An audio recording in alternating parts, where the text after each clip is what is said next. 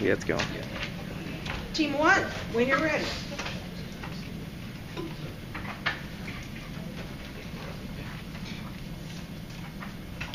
Okay, so our article was 5 business lessons from the escape room.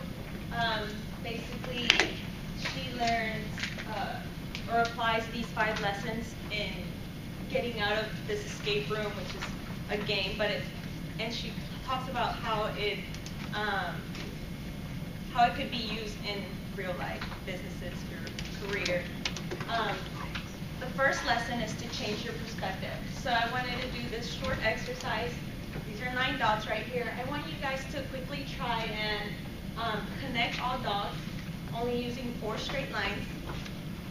Do not lift your pen off the paper, and you must touch every dot. So I'll give you like 10 seconds to try to do that. You can only use 4 lines. Do not lift your pen.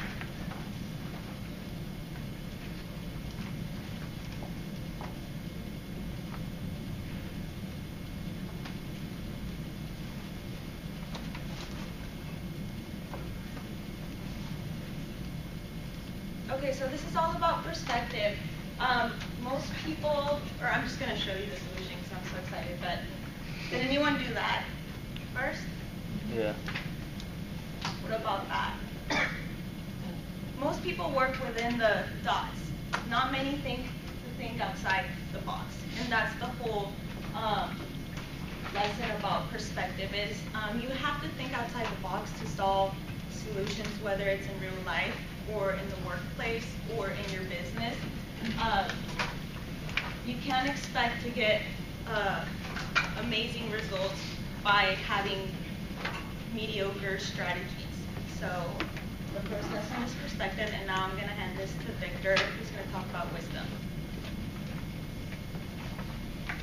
Okay, so let's say you go into the escape room. You're feeling pretty confident, you're pretty excited about the whole idea. You go through the first task, you're just rolling. You're rolling, nothing's stopping you. You go to the second one, you're rolling even more. Nothing can stop you. You are on top of the world. You get to the third one, all of a sudden you're stuck. You're stuck. You can't figure it out. You kind of start panicking a little bit. You feel a little congestion in your chest. You're not sure what's going on.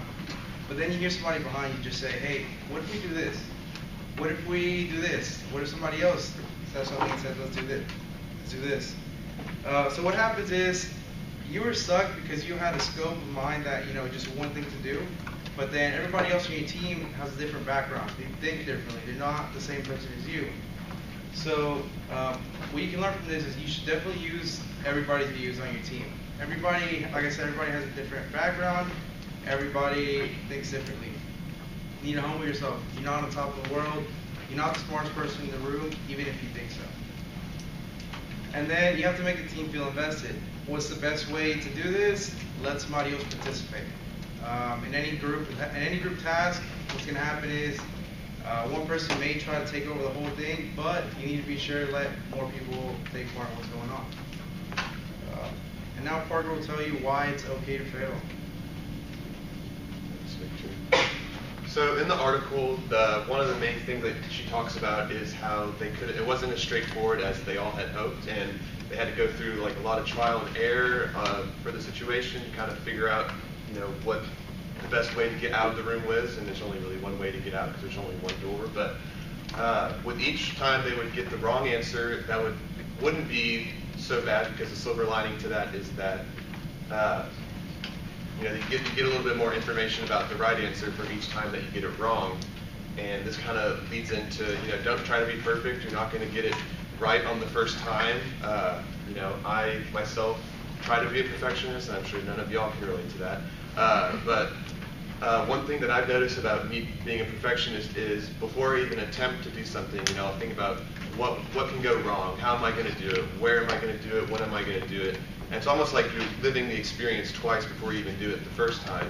And a lot of times, you'll think all that in your head, and then it'll be so overwhelming that you just, won't even want to do it, because why fail if you can't do it right? And then that ultimately leads to more failure.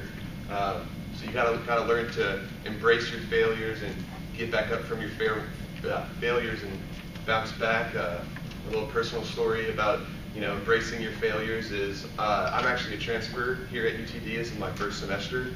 I spent my first 2.5 years out in sunny old Lubbock, Texas, and after living that college lifestyle for a little while, not going to class, not studying really, and basically failing out, my parents decided to pull the plug on that. They said, you're having too much fun, you need to join the real world, be an adult. So, they made me move back home, get a job, move out, kind of be on my own basically. So, from that, I got a really good job. That's part of the reason why I'm back at school. My company sees something in me to where, they're helping me out at school. And so, you always got to get back up and after your failures. So now Gina's going to talk to you about not discounting any ideas. Great.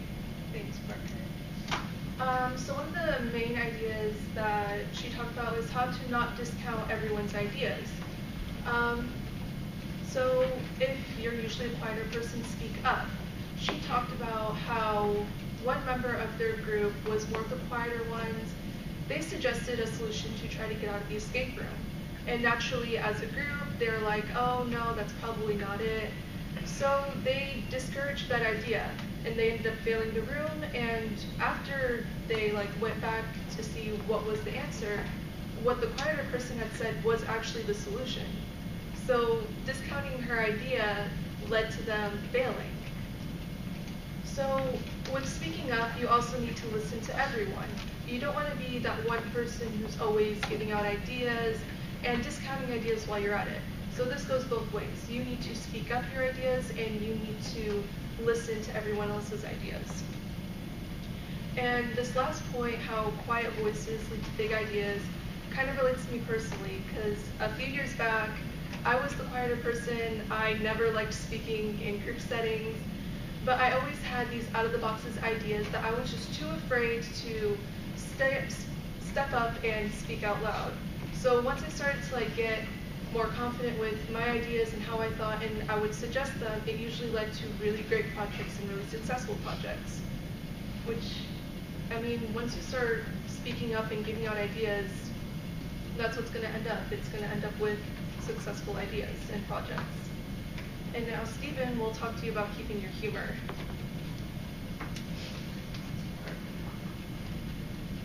There we go. Hi, my name is Steven, and I'm going to talk about why being so serious all the time is just absolutely horrible. Has anyone ever been to an escape room, actually participated in one? Okay, so you all know, that final few minutes where everyone's absolutely panicking and freaking out, and how nothing actually gets done during that period in comparison to where people are calmly at the beginning. So, thing is, occasionally, you're gonna need some comic relief in a good story. It'll reduce, the anxiety and pressure of the whole thing. Keeps everything nice and positive rather than doom and gloom. An example of this and a story of how humor lightens up a movie. I assume we've all seen Thor Ragnarok, yeah? Looking at things objectively, that is a very dark movie. Legitimately. He gets thrown into slavery, his almost entire family is murdered, half his people get genocided, but everyone loves it. You know why?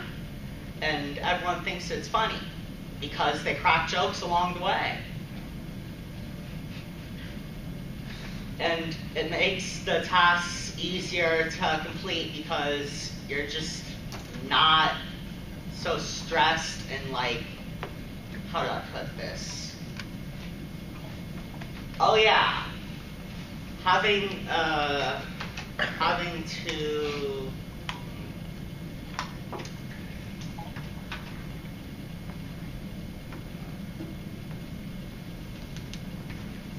I'm gonna admit I did not have extensive enough notes to It's okay.